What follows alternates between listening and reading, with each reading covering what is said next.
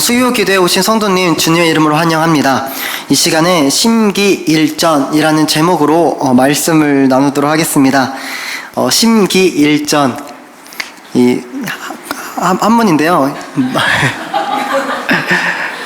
이렇게 큐티 본문에 보시면은 제목이 심기일전 써있잖아요. 그래서 제가 그날 큐티하면서 심기일전? 뭐지? 저만 당황스러웠던 거 아니시죠? 네, 심은 우리가 알다시피 마음 심자고요. 기는 깃들 기래요. 그리고 일은 하나 일. 그리고 전은 바꾸다 전.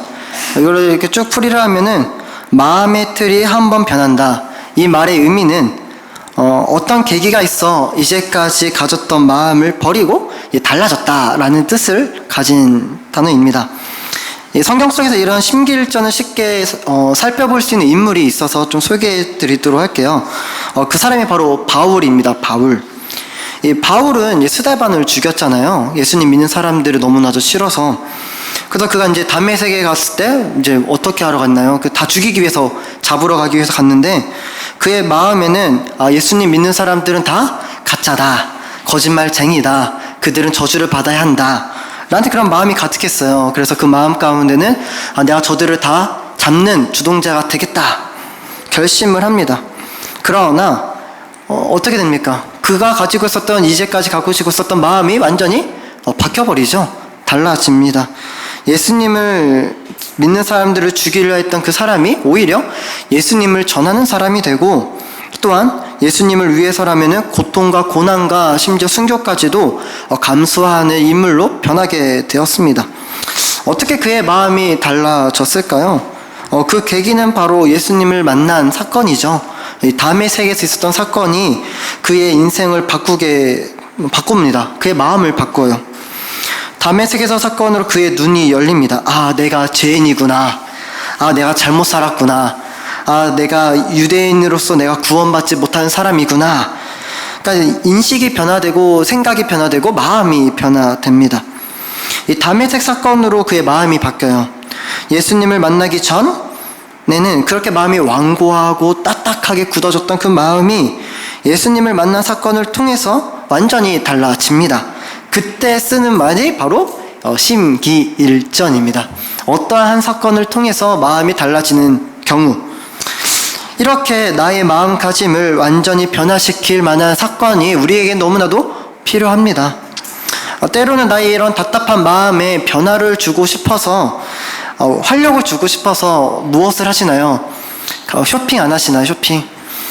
저도 가끔씩 이렇게 답답하면은 가끔 이제 핸드폰 어플을 또 뒤져봐요. 이렇게 쭉 뭘 하나 살 거 없나 괜히 기웃기웃. 뭔가 이 답답하니까 뭔가 해소하고 싶어서 자기만의 스트레스법을 좀 찾기도 합니다. 그래서 좀 더 이걸 날려버려야 내가 살 수 있기 때문에.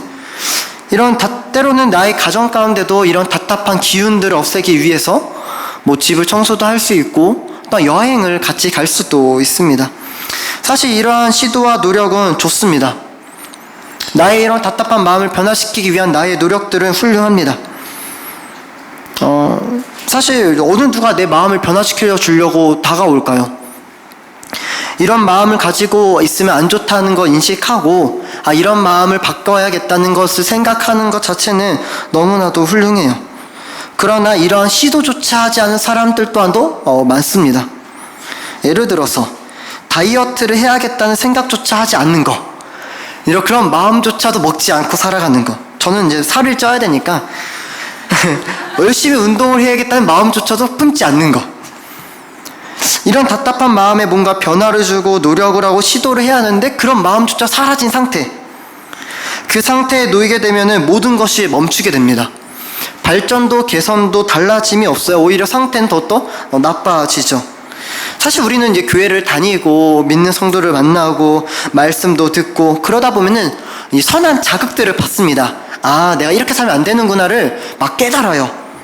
그러나 그 어떤 자극도 받지 않고 살아가는 사람들, 혼자 홀로 그 답답한 속에서 고립되어 살아가는 사람들은 어떨까요? 그 어떤 시도도 하지 않습니다. 내 삶의 문제를 생각하지도 않고 그냥 그대로 살아가는 거예요. 실패를 경험하고 이 세상의 거대함 앞에서 나는 아무것도 할 수 없다는 그 절망을 느끼고서는 그냥 그렇게 살아갑니다. 또한 더 큰 문제는 그런 사람에게 누군가도 다가간 사람이 없다는 사실이에요. 어떤 사람이 바보가 아니고서는 내가 널 도와줄게, 너의 답답한 마음을 내가 좀 해소시켜줄게, 좀 마음을 풀어줄게 라고 누가 다가갈까요? 사실 다가와주는 사람은 없습니다. 우리 삶을 돌아봐도 그래요. 내 마음이 너무나 답답한데 과연 내 마음의 답답함을 나의 자녀들이 알아줄까요? 몰라줄까요? 알아준다면 그 자녀는 정말 철든 자녀이고 대다수는 못 알아줍니다. 우리는 다시 혼자서 홀로 내 마음을 일으켜내야 하는데 중요한 것은 나의 마음을 변화시킬 노력도 힘도 내게 없다는 사실을 우리는 너무나도 느끼며 살아갑니다. 세상은 그런 사람들을 향해서 그저 내버려 둡니다. 네 인생 네가 사는 거지, 그냥 잘 살아라. 네가 뭐 힘들게 살든 말든 내가 무슨 상관이야, 나도 힘든데. 세상은 신경 써주지 않습니다. 오히려 실패하고 나고 하면은 그래, 네가 그렇게 살았으니까 너의 결과다, 그냥 받아들이고 살아라. 사람은 이렇게 절망 속에서 홀로 살아갈 때가 많습니다. 그 상태 속에 놓인 사람이 바로 오늘의 본문 속에 등장하는 여호수아입니다. 여호수아에게는 심기일전이 너무나도 필요한 상태입니다. 여호수아는 지도자로서 그 마음이 일으켜내야 하는데 스스로 일어나지 못하는 상황 속에서 놓여져 있습니다. 앞으로 여호수아가 헤쳐나가야 할 일들이 너무나도 많은데 하지 못하고 있는 거예요. 여호수아가 해야 할 일들은 너무나 분명했습니다. 가나안 땅을 점령하고, 뭐 당시 봐도 아이성을 점령해야 하다고 취하고, 그러나 한 번에 그가 경험한 패배 앞에서 그는 주저앉아 버립니다. 무엇이 여호수아를 하여금 주저앉게 만들었나요?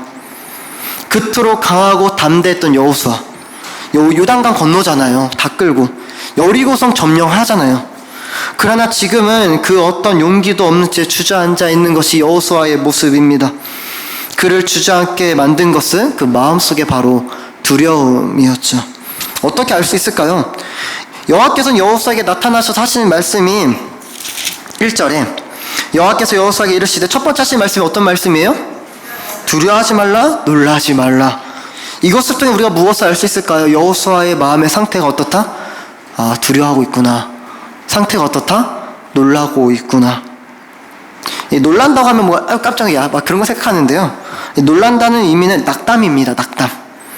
이런 여호수아의 모습은 사실 처음 보는 모습은 아니에요. 여호수아 1장의 요단강 앞에 서 있었던 여호수아는 지금과 같은 상황이었습니다. 여호수아 1장 9절에 내가 내게 명령한 것이 아니냐, 강하고 담대하라, 두려워하지 말며 놀라지 말라. 사실 요단강 앞에서 또한 여호수아는 두려워했습니다. 낙담했어요. 하나님, 말은 하지 않지만 하나님 어떻게 건너란 말입니까? 이 많은 사람들을 홍수가 나서 범람하고 있는 이 요단강을 어떻게 건너라는 거죠?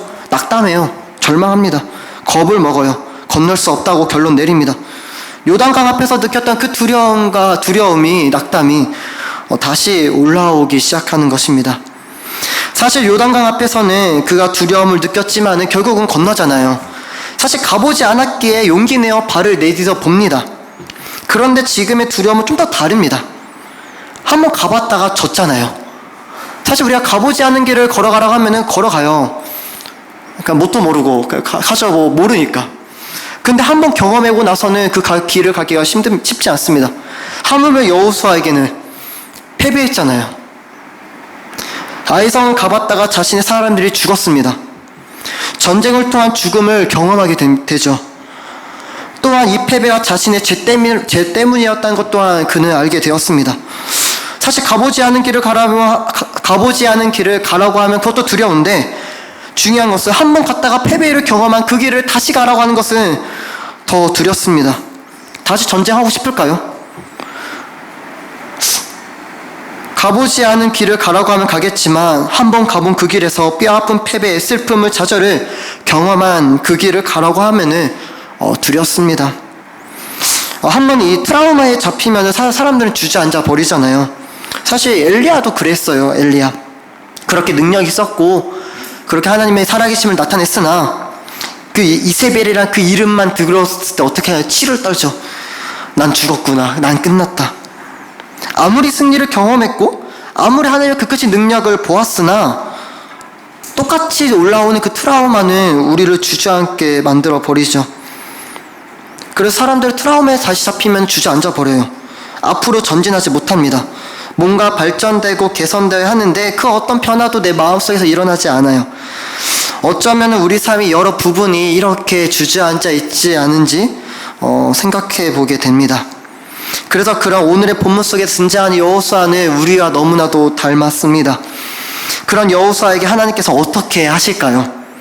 그래, 너 실패했으니, 너 한번 졌으니까 그냥 계속 주저앉아 있어라 라고 하실까요? 하나님은 여호수아가 다시 일어나기를 원하셨습니다. 여호수아가 주저앉아 있는 그 자리에서 다시 일어나기를 하나님은 원하세요. 왜 그럴까요? 아직 해야 할 일들이 남아있기 때문에. 그가 해야 할 일은 무엇인 일이죠? 다시 아이성을 점령하고 또한 가나안 땅을 취하고 그 땅 가운데 죄악을 없애버리고 하나님 나라를 이뤄내는 것. 그것이 바로 하나님께서 여호수아를 통해 하실 일들입니다. 하나님께서도 우리를 통해 하신 일들이 많아요. 또한 그 일을 멈추지 않습니다. 이 교회를 향해서든 아니면 각 개인의 인생을 향해서든 하나님은 그 자신의 일을 멈추지 않습니다. 그러나 우리는 자꾸만 하나님의 계획 속에서 일어나기보다는 주저앉아 있을 때가 많습니다. 그것이 나의 죄 때문일 수도 있고 나의 패배에 대한 경험일 수도 있고 해봤는데 안 된다는 결론을 내리는 스스로의 교만일 수도 있습니다. 또 실패할 거라는 스스로의 애측이 될 수도 있죠. 사실 예수님을 모른다고, 예수님을 부인하고 예수님을 모른다고 도망쳤던 제자들, 그들도 패배를 경험하고 나니까 다시 제자로서의 삶을 살아가기가 쉽지가 않은 거예요.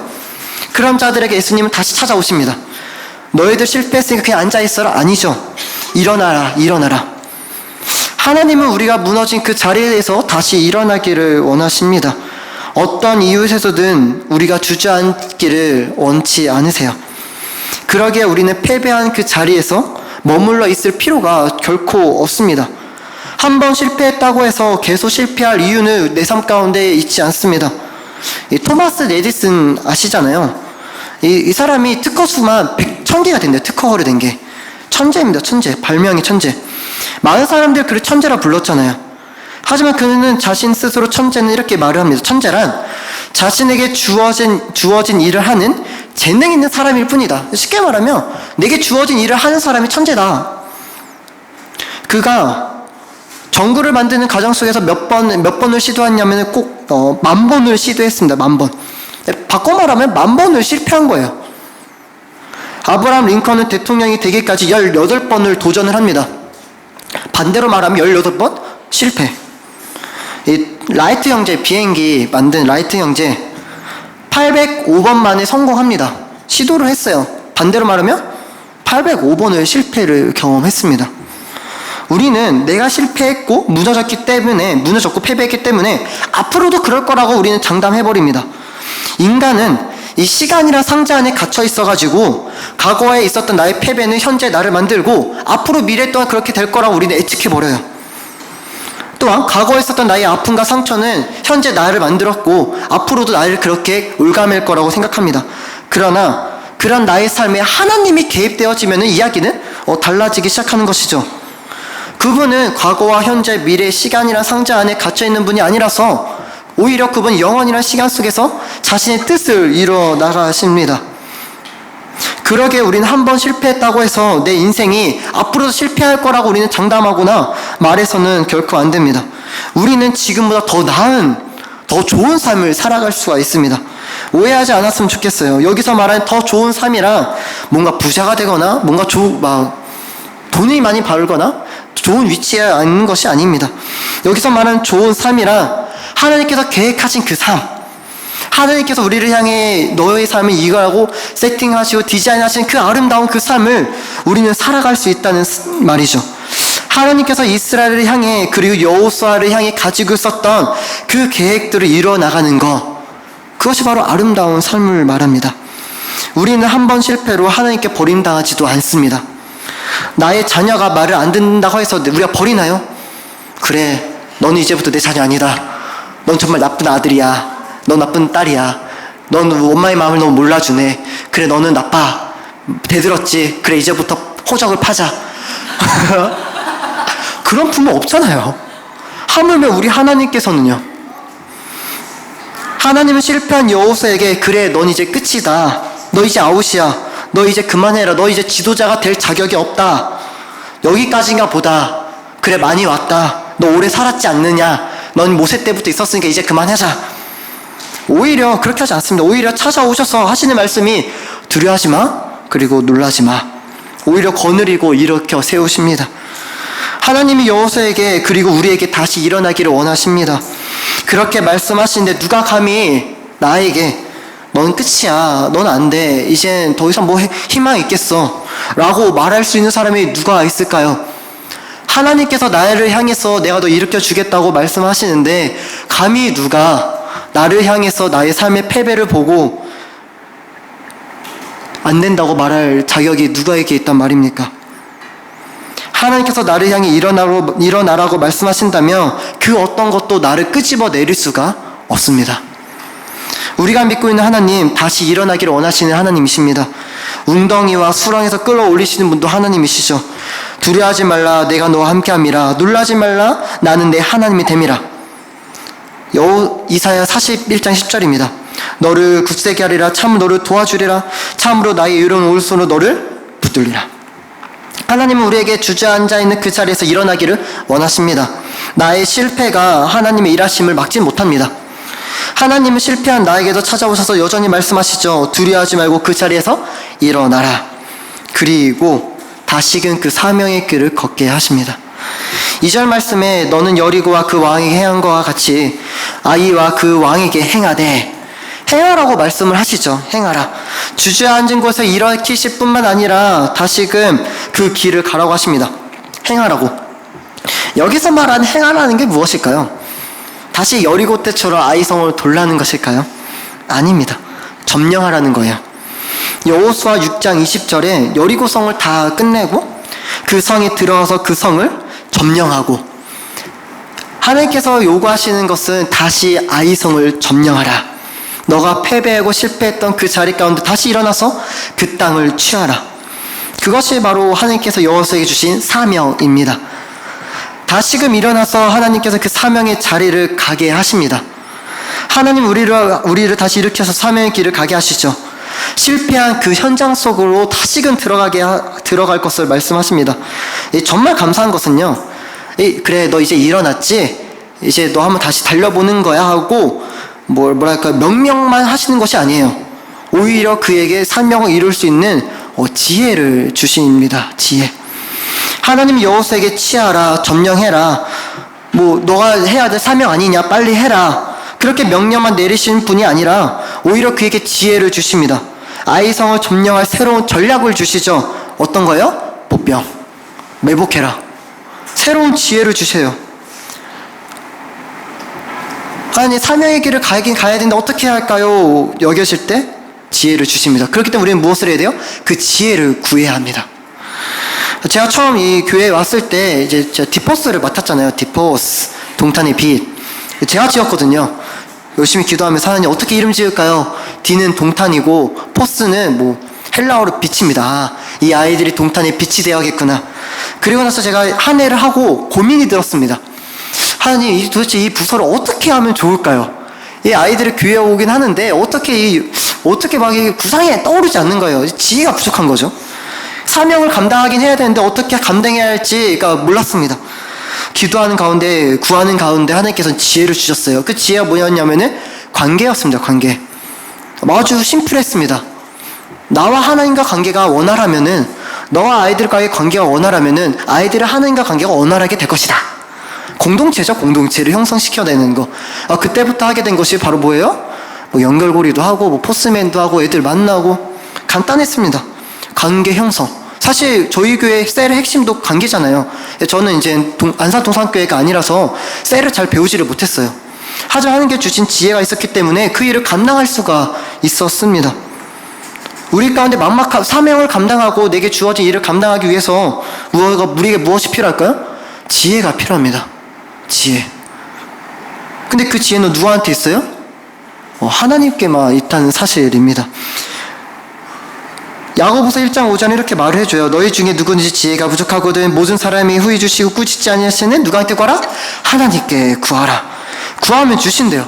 만막할 때, 낙심될 때 우리가 해야 될 것은 바로 구하는 것입니다. 하나님 여호수아에게 그런 지혜를 주셨어요. 새로운 방법을 주십니다. 참 재밌는 것은 아니 그때 똑같은 방법으로 쓰면 안 될까요? 하나님 여리고성도 이렇게 돌아서 무너졌는데 그 방법 그대로 아이성도 이렇게 돌면 안 되는 것일까요? 하나님이 또 그렇게 하지 않으세요. 그 이유는 그 방법을 의지할까봐. 여리고성을 돌았기 때문에 그 성이 무너졌나요? 아니죠. 돌았기 때문에 무너진 것이 아니라 그렇게 돌라고 명령하신 하나님의 말씀 순종했을 때 무너집니다. 근데 사람은 너무나도 그 순종을 생각하기보다는 그 방법에 집착을 해서 똑같이 돌면 되나 보다. 마치 그 방법을 통해서 하나님의 역사 일어날 거라고 착각합니다. 하나님은 그래서 그렇게 방법을 의지하지 못하게 하세요. 오직 그 말씀에 순종하기를 원하십니다. 여리고성 13바퀴 도는 것은 전쟁의 승패를 갈라놓는 전략이 아니었습니다. 하나님 말씀에 순종하는 것이 하나님의 전략이었죠. 지혜를 주신 분 하나님이십니다. 그리고 하나님께서 지혜를 주셨을 때 우리가 해야 될 것은 바로 순종입니다. 순종. 하나님은 내가 한 순종을 통해 일을 하십니다. 여호수아는 또한 철저하게 그래서 하나님 말씀에 순종하는 모습을 보여주고 있어요. 3만 명 뽑죠. 3만 명 뽑아요. 처음에 정탐꾼들이 이야기했을 때 3천 명이면 됩니다. 3천 명의 숫자에서 3천 명 생각하면 3천 명보다 3만 명 10배의 숫자를 뽑아버립니다. 철저하게 순종해버려요. 이렇게 하면 될 거란 생각을 접어버리고 하나님 말씀에 전심전력하여 순종해버립니다. 또한 자신의 군사들을 준비를 시키고 이 전쟁이 하나님으로부터 왔고 하나님께 승리케 하실 거라고 그는 말을 해줍니다. 참 재밌는 표현이 한 구절 있어요. 그것이 바로 9절 후반절인데요. 9절 후반절에 여호수아는 그 밤에 백성 가운데 뭐 했더라? 잤더라. 이 말씀을 통해서 우리에게 무엇을 말해주고 싶은 것일까요? 잤더라. 전쟁터에서 잤더라. 백성들, 군인들과 함께 잤더라. 이 말씀을 읽으면서 한 인물이 떠올랐어요. 그 인물이 바로 이 우리아의 남편, 바세바의 남편 우리아. 이 전쟁 가운데 우리아가 돌아오죠. 다윗의 명령을 받아서. 다윗이 이렇게 말해. 우리아야, 바세바 집에 가서 좀 쉬어라. 그때 우리아가 어떻게 하나요? 성경이 이렇게 말해줍니다. 그러나 우리아는 집으로 내려가지 아니하고 왕궁문에서 그의 부하들과 더불어 잤더라. 그는 한 나라의 군인으로서 자신에 맡겨진 그 자리, 현장 속에서 순종을 해버립니다. 여호수아는 무엇을 하고 있는 거예요? 그 순종은 현장 속에서 이뤄냅니다. 순종은 마음으로 하는 것이 아니죠. 순종은 생각으로 하는 것이 아닙니다. 순종은 단순히 명령으로 되어지는 것도 아닙니다. 순종은 현장 속에서 내가 하는 것이 순종입니다. 그 밤에 백성 가운데 잠을 자는 것. 지도자잖아요. 최고의 지도자. 좀 더 쉴 수 있고 다 명령 내려놨잖아요. 너희들 이렇게 거느리고 이렇게 너희들 이렇게 하나님께서 일하실 거야. 백성들 뽑아놓고 너희들 이렇게 가. 계획도 다 말해주고. 하지만 그는 잠 자체를 하나님의 말씀에 철저하게 순종을 하고 있는 모습을 보여주고 있습니다. 철저하게 그 현장 속에 순종을 하죠. 하나님의 지혜가 우리 가운데 들어올 때 우리가 해야 될 반응은 바로 순종입니다. 순종은 머리로 하는 것이 아니에요. 사실 우리가 신앙생활 하면은 마음으로 깨달을 때가 많습니다. 하나님 메시지 우리에게 자극을 줄 때가 많아요. 하지만 그런 자극을 경험하고 나서 우리는 끝날 때가 많습니다. 내가 이렇게 해야지라는 마음의 첫 번째 시도는 일어나요. 신기 1전의 첫 번째 시작은 하나님으로부터 시작됩니다. 하나님의 말씀으로 우리는 자극을 받아요. 돌이킵니다. 그러나 중요한 것은 우리 두 번째, 세 번째 단계가 삶 가운데 너무나도 약해져 있습니다. 내가 일어났으니 하나님의 지혜를 구해야지. 우리의 마음이 회복됐으면 우리는 구해야 합니다. 그 지혜를 구해야 합니다. 그리고 그 지혜가 왔을 때 우리는 무엇을 해야죠? 순종해야 합니다. 근데 그 단계까지가 가시기가 너무나도 힘든 거예요. 순종해야지. 지혜를 알고 나서는 이렇게 하면 된다더라고 오히려 말을 합니다. 또 알려주기도 합니다. 이렇게 해봐. 하나님의 지혜, 하나님의 뜻이야. 하지만 정작 중요한 것은 그 지혜가 내 삶 가운데 현장 속에는 나타나지 않을 때가 많습니다. 그러나 여호수아의 말씀을 보면 우리는 한 가지 깨닫는 사실이 있죠. 무엇이에요? 현장 순종은 바로 나의 삶 속에서 하는 것이구나. 귀한 성도는 얼마만큼이나 우리는 하나님의 말씀에 순종하며 살아가고 있습니까? 얼마만큼이나 하나님 앞에서 우리는 여전히 사명의 길을 걸어가고 있나요? 결국 여호수아를 통해서 하나님께서는 그들에게 승리를 주십니다.